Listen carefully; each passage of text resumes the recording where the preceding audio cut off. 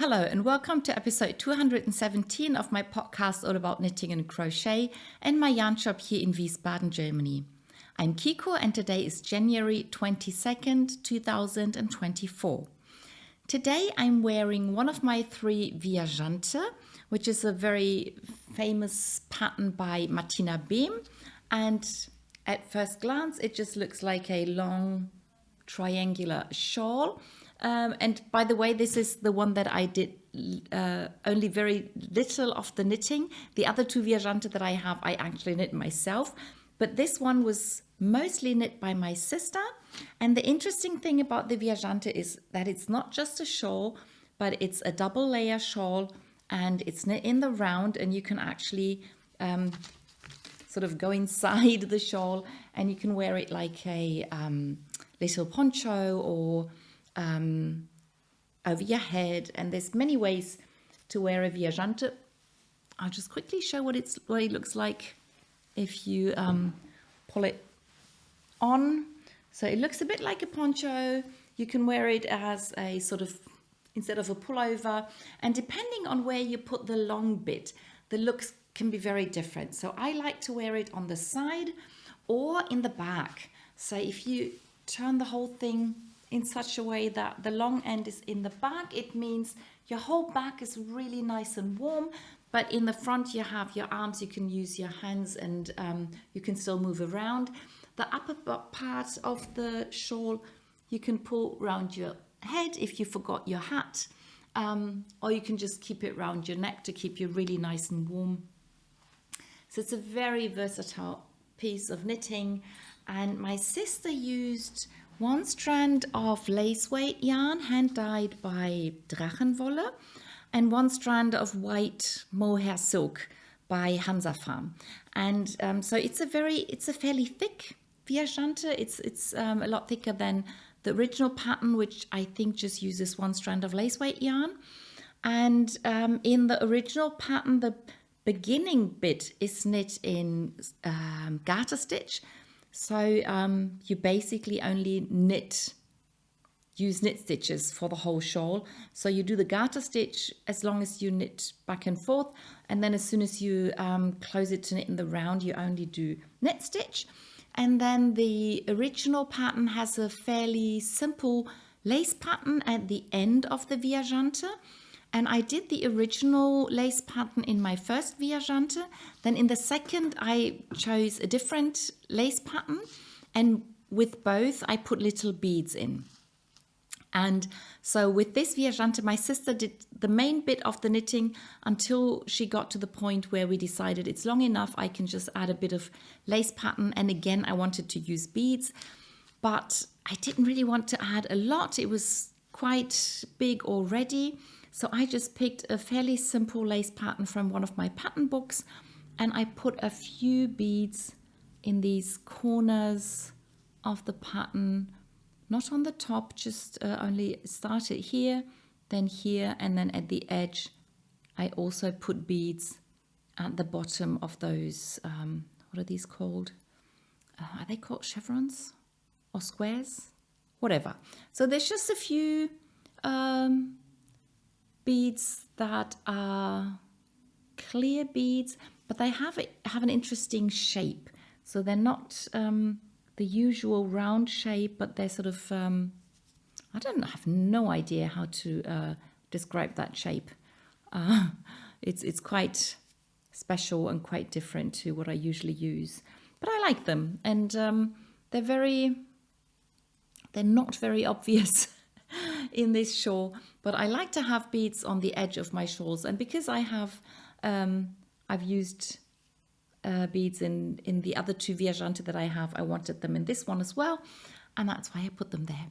And I love it. It's really very warm and cozy and soft. I love the mohair. I love the feel of the mohair, and yeah, so I chose to wear it today, even though it may not be the perfect match. My sister would probably not be too happy because the white is a bit different from what the rest that I'm wearing, and the blues are a bit different, but I thought it's not too bad, and it just keeps me nice and warm, because the other piece I'm wearing is of course my slip over or sleeveless pullover that I knit recently, that I finished last week, and I washed it and just laid it flat to dry. It didn't really block it. And I also washed my arm warmers, so I'm almost wearing a pullover, but I intentionally didn't make them long enough to sort of attach them somehow, because I wanted them to be separate pieces. And I'm wearing this dark blue this is also a wool pullover, but it's a bought one, it's not a hand knit one. And yeah, and I'm really happy, and I'm just a little bit too little to show you completely, so I put a box down here to step on. I hope it's not going to break. Yeah, so here you can see the short rows that I knit to make the back longer than the front, and I'm really happy with the length that I got, the way it looks, the way it sits on me. And yeah, and it's a very nice piece to just sort of transition if it's not cold enough to put a long sleeve pullover, but it's not warm enough to have no pullover on. So I think this is the kind of situation that I would want to be wearing this. And yeah, by the way, I use the what we call 8-ply sock yarn, which is like 2 strands of fingering weight sock yarn, and I used a little less than 300 grams for the vest or slipover, and I used 110 grams for both of the arm warmers. So as I said, it's 150 grams, so I needed 2 balls for this and 1 ball for the 2 arm warmers. Yeah, so really happy with how that turned out, and yeah, I think that's all I can say about this. Okay, then on to finished objects. I have one finished object today, and I actually did not cast on anything new, but I will show you what I will cast on next. So there, you'll see the yarn, and I'll tell you what I'm planning. So my finished object is not really heavy, but the head I put it on is quite heavy. So this is my reversible hat. I finished it. There was not much to be done, only a little bit of knitting, and then I just cinched everything together. And this is one way I can wear the hat, but then I can wear it without the folded brim. Then it'll be a little more of a slouchy hat like this. It still has the black brim, the black ribbing, and then when I turn it inside out, I have a completely black hat, and again I can choose whether I want to wear it more as a slouchy hat like so, or a standing up hat. I've noticed that some people wear their hats like this. They just keep the thing standing up like so. Yeah, but I probably wear it folded up because it makes it warmer over my ears. And if I don't fold it too much, it'll be a completely black hat the way I planned it. If I turn it up a little more, then there'll be a little blue showing, which is not a bad thing usually, so it wouldn't be too bad. After I sewed it together, I thought I could have knitted a little bit longer just to have a little more of a brim, a little more that I can fold up, but it's not too bad, and I wasn't going to undo the pulling together.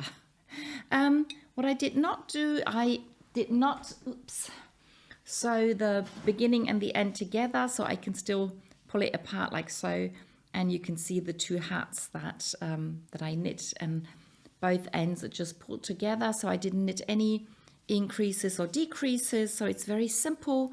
It's a very simple hat, but because of the pulling together, it's a bit thick on both ends, which means one has to knit a little more than you think, because you have like this padding on the top of your head, and that's why it's not quite as long as you might think when you still have the stitches on the needle. But I'm really happy with how it turned out, and I'm really happy that it's done. And yeah, I haven't decided on the colors for the next hat. I think I've said before that I want to do the next reversible hat. I just want to do everything in stockinette just to see how that works up and how that wears when I think it'll be tight enough even without the ribbing because it's double layer and you can fold it over. Maybe I'll have the patience to make it a bit longer, but we'll see. But for now, I'm really happy with this hat. So that's all the finished objects for today. Then my first work in progress, as usual, are my socks. It's only one pair of socks in this part of the video. Finished my first Soxx Look sock, and I knit a little bit on the second one. The problem was that I finished the bit where I'm using the purple as the contrast color, and then after this bit I changed to the dark gray as the contrast color, and I left the dark gray yarn in the shop and I didn't have it at home, so when I reached that spot I couldn't continue knitting, which is something I will have to do this week. And the yellow stripes are already coming out differently than in sock 2 than in sock 1, so that's interesting, and then we'll see how the colors come out in the rest of the sock. Really looking forward to that. That's one of the many things that I enjoy about knitting with colorful yarns. So that's a sock. Then the next small project with sock yarn is the little baby hexagon cardigan that I am sort of improvising just by knitting a hexagon and then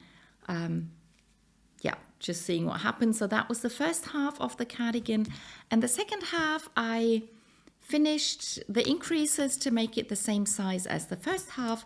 Then I sewed the two parts of the hexagon together to form the sleeve. So I finished the sleeve, and then the same problem. I couldn't continue because the blue yarn was here and not at home. So I really have to be careful to make sure that I have the yarns that I need in the place where I'm at. So that's that. But then I always have so many other projects on the go that it doesn't matter if I can't continue knitting on one of them. I'll just pick up another one. So the next project in the little sock yarn project is the hat. That was a new cast on last week, and I promised you I'd show you the book today, and I did. I will. I brought the book.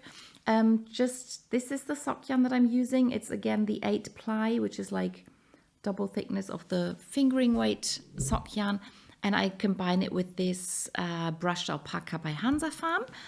But before I show you the project, I'll show you the book. So it's the German version is called Masterclass Stricken. Stricken means knitting, and the original title is A Year of Techniques. And A Year of Techniques sort of prepares you for the fact that there are 12 projects in the book, and it takes you through the year, and for every month it gives you one project with one new technique to learn. So it starts off with spring. In March you can learn to knit helix knitting, where you knit with 2 colors but you never have an end of round, they just keep chasing each other. Then in April there's this intarsia shawl, which I almost picked to knit from the book. Then May, it's you knit this funny little mouse, and you learn how to start knitting from the center out, which is basically what I did with the cardigan, with the hexagon cardigan. And as I said, there will be a video for that eventually. In summer, there are these 3 projects. In June, you get to knit this hat, and it has an attached border, and it's a pattern by Romy, one of my favorite designers. Then July, you learn to knit a heel of a sock. In August, there's the provisional cast on for this little baby blanket, and that's a pattern by Tin Can Knits, who I also like a lot.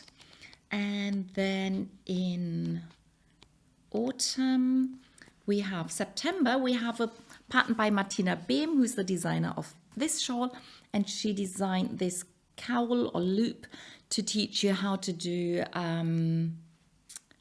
Kitchener stitch for garter stitch, which I thought which I only learned a few years ago, whereas stockinette, Kitchener stitch with stockinette is something that I've been able to do forever. So there's quite a difference there. Then in October, Woolly Wormhead designed this hat, which also uses a provisional cast on, but the technique it teaches is the short row. And in November, there's this scarf with cable pattern, and there you learn how to read charts for cable patterns. And then in winter, where's the winter? Oh, I think I got it mixed up. No, that's autumn. I'll find winter at some point. Here we go. So the winter projects are in December, you learn an afterthought heel with these socks. In January, you knit the gloves and you learn about color dominance in 2-color knitting.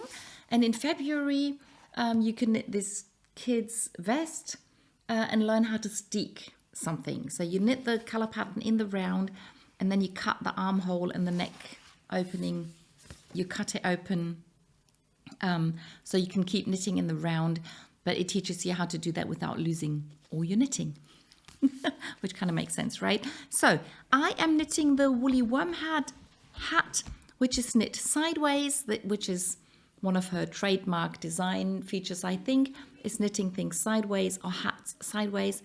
And as I said, you start off with a provisional cast on. I did a crochet cast on, and then you knit these sort of wedges, and you do short rows on the top of the hat in every time you turn, and then down at the brim you only do it every so often, so that the brim is a bit smaller than the main body of the hat, and the short rows on top, they form the hat. And I'm now on pattern repeat number 4, and I'm supposed to knit 7 so that the hat fits. I'm basically knitting the hat for my sister, so I said to her, after the 5th segment, I'll definitely let her try it on, and then I'll work from segment to segment to see what size she needs. And it'd be perfect if I could knit a full segment just for that nice slip stitch pattern. But I think if it's not fitting otherwise, I might even stop within the wedge just to make sure it fits her, and then that will be the seam that she wears to the back. That won't be a problem. Yeah, so quite enjoy knitting that. I'm knitting on straight needles. I think I explained about that last week. Yeah, just have to continue working on that. So that's that. And then I only have one shawl on the needles at the moment. I've got the next one planned already. But yeah, maybe I'll wait to finish this one before I cast it on. We'll see. This is the Geogradient shawl by Stephen West. It was a mystery knit along. It's not a mystery anymore. It has 4 different parts to it. Part 1. This section was part 2. Then this funny slip stitch pattern was part 3. And now part 4 is the part with the dip stitches. And last week I had done half the row of the dark grey dip stitches. I finished that row, and then I knit all the stockinette rows that I need to get to the next color change. So at the moment I actually haven't got any yarn attached to the shawl, because you cut the yarn every time you finish one color repeat or one pattern repeat. And now I will knit the next dip stitches with black, and I think, I'm not quite sure whether that's supposed to be the last stripe or whether I'm supposed to add one in color 1, but I am still thinking of doing more repeats, even if it takes me more weeks and months to finish it. But I think I'll just be happier with a bigger shawl, and I wouldn't mind using up the yarn that I have. I could even start a 3rd ball of yarn, because I think most colors I should have more yarn. Yeah, but I'll see. So I'll do the black one next, and then maybe I can do one stripe a week or something like that. That would keep me going, but it would still give me time to work on my other projects.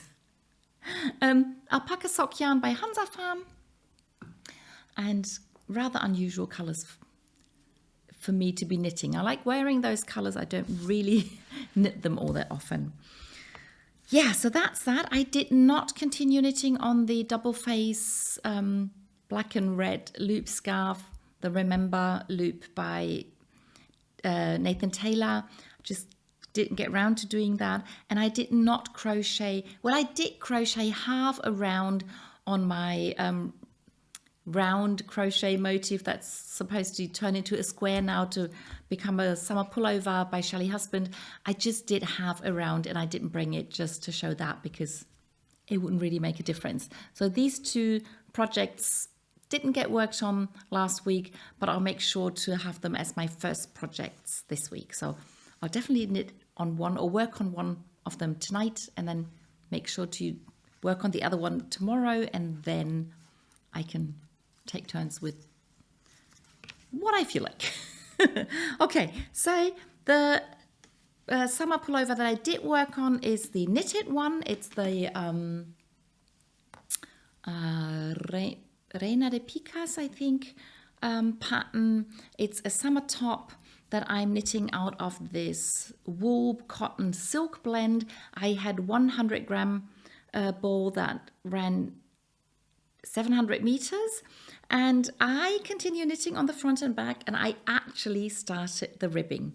It's hardly showing. I think I'm on the first or second round of ribbing, but I kept weighing the yarn, and it took me about half a gram to knit one round, and I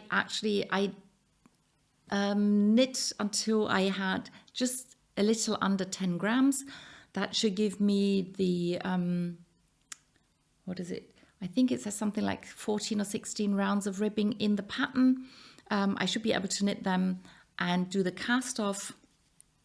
And I'm actually trying to use up as much yarn as possible. I think if I need a half a gram to knit one round, I should be fine if I have like maybe a little more than 1 gram left for the bind off. I think usually you calculate twice the amount that you knit for one round for the bind off. I won't have to do a extremely stretchy bind off because the stretchy bind off will eat more yarn, but I have enough stitches and it's wide enough that if I cast off normally and just make sure it's a little on the loose side, it should fit. Yeah, we'll see. I'll probably knit a couple of rounds and then weigh it to see how much yarn I have left after every round. And then at some point, I'll just make a decision to cast off. And if it's not enough, I'll just have to undo that cast off, undo one round or maybe half a round or something like that, and then try again. I won't mind doing that, but I wouldn't want to have like 3 grams left. I think I would be a bit frustrated if that happened. Yeah, if I finish, or as soon as I finish it, I'll show you the project as a finished object. I'm probably not going to wear it the week after because it's still quite cold, even though it's getting a bit warmer than it was the last couple of weeks. But I'll just have to make a note to wear it as soon as it gets warm. Now, the other pullover I have worked on is the Whispering Pines crochet pullover. And last week I said that I had finished the yoke part that was crocheted in the round. And right now, if I try to align the front and back, this is what it looks like. So I've crocheted several rows onto the back and just the back. And I think it's quite visible because it's difficult to hold. I should have brought a hanger. Next time I'll do that. So what I'm trying to show is that while I was working in the round, I kept turning around, and this is why the colors sort of stopped and went the other direction here. But now that I am knitting in rows to and fro, the colors keep going. Well, they don't stop here. That's what I'm trying to say. as my gauge is not the same as in the book, I always have to try things on a bit. I've already crocheted 2 more rows than I was supposed to, but I've decided to add 2 more rows just to make sure that the armhole is deep enough, and it'll also bring the neckline even higher and the front a bit lower, which is what I like. And I think after I've crocheted 2 more rows, I'll try it on, and then hopefully I can continue either the sleeve or the front and back. I'm not quite sure which one to start with. This is what I have left of my first 150 gram ball. So yeah, crochet always eats up more yarn than I expect. But that's okay, it just means it'll be a really nice and warm pullover. Let's see if I can finish it while it's still cold. So that's all the pullovers that I'm knitting on. Then I continue knitting on my on my skirt that I'm knitting. It's the Evenstar shawl pattern, and I'm working it into a skirt by not knitting the first so many rounds. So instead I just cast on the stitches that I need to go around my waist, and I'm using this Wollmeise yarn, which is, I think, a lace weight yarn. It's 300 grams and it runs a bit more than 1,500 meters. So it's 500 something meters for 100 grams. And I'm knitting with a 4mm needle to make it really loose and light. And I finished knitting chart 2. So this bit was chart 1. And then this was the increase round. And then this is chart 2. And I just finished knitting chart 2. I did finish the round that goes, so the just knit round that came next, and I've only just started the increase round. So I'm now increasing again by doubling the number of stitches, which makes it really big. Then I've put in a long cable just to show you that it actually does look a bit like a skirt. And it's supposed to be a really wide skirt, because if I knit it into a shawl, it'd be a round shawl, and so it means it'll be a really wide skirt that should flow and fall really nicely. Yeah, quite happy with that. Looking forward to knitting the increase round, and then there'll be a few rounds of stockinette knitting, and then I'll have a look at the next chart. No promises how far I get into the chart. Yeah, and that already brings me to our knit-alongs. And the first knit-along are the banana socks. And I kept showing you the sort of socking work that looked like a banana, but now I finished the first one. I've put it onto this fake foot to show you that you can actually put a foot into, and the heel will just fit anywhere in the sock, and the front sort of comes together like this. And I've had several people comment whether it's uncomfortable in a shoe, but I don't think so. And I'm really looking forward to wearing these, even though they're supposed to be for our guests, but I don't think it's a problem if I wear them a few times, maybe. I started the second sock. As usual, I try to do that as quickly as possible, and I've already knit quite a few rounds on it. So this is a nice project that I like to take with me when I go places, so that's why this always gets knit on. It's another colour of this 8-ply sock yarn. Love the colour. Was a very short, it was, this is a really short end just to end with when I cast on the stitches. So next time I'll have to make sure to leave a bit of a longer end. But it's enough to weave it in, so I continued. I did not restart the sock. And then the other knit along, we are either knitting reversible hats or haramaki, which are like either loop scarves or cowls or belly warmers, or you can turn them into a hat. And because I've already knit a reversible hat now, I decided to knit a haramaki next. And what I did is I made a list of all the haramaki that I own, and I wrote down which color they are. And I realized that I have, of course, a lot of blue and turquoise. I have a bit with gray. I have several with yellow and a few with pink in them, but I have nothing with red.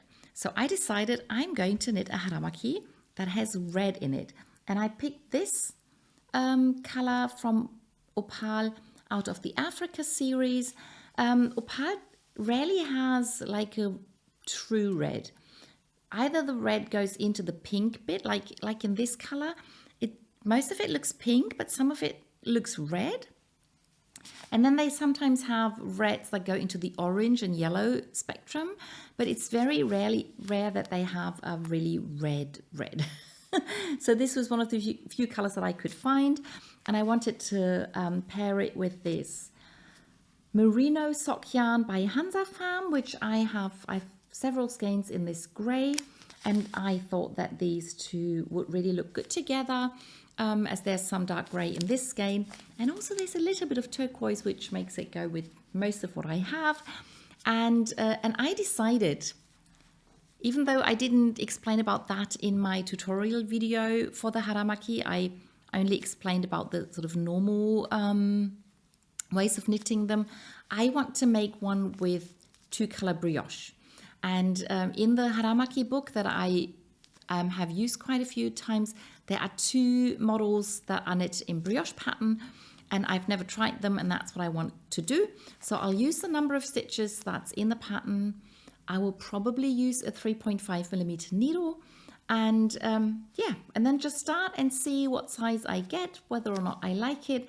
And my sister is probably going to knit one as well.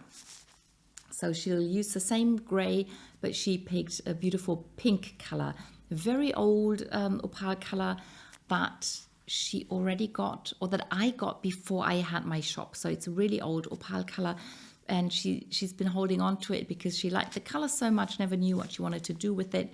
But now for a haramaki, she was quite happy to use it.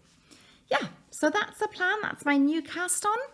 And that's everything I knit and crocheted last week. I hope you enjoyed the video, and I'll see you in the next one. Bye!